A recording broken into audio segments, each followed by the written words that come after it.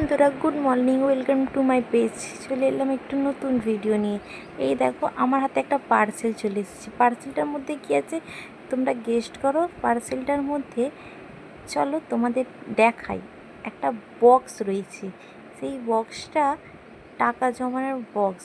ওর মধ্যে যেই নাম্বারগুলো লেখা আছে, ওই নাম্বারগুলো 100, 200, 500, 300 টাকা করে লেখা আছে।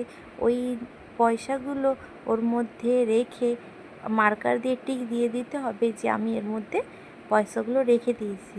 এটা 1,00,000 টাকার বক্স। আমি কি 1,00,000 টাকা জমাতে পারবো, বা এর মধ্যে 1,00,000 টাকা তার থাকবে জানি না।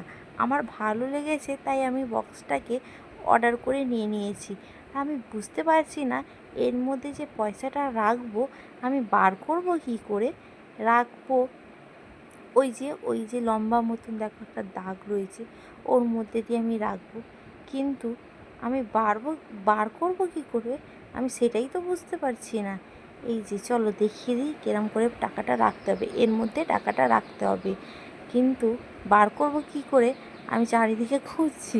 আমি তো বুঝতেই পারছি না টাকাটা বেরোবে কী করে। আমি জানি না, তোমরা যদি জেনে থাকো কমেন্টে জানিও।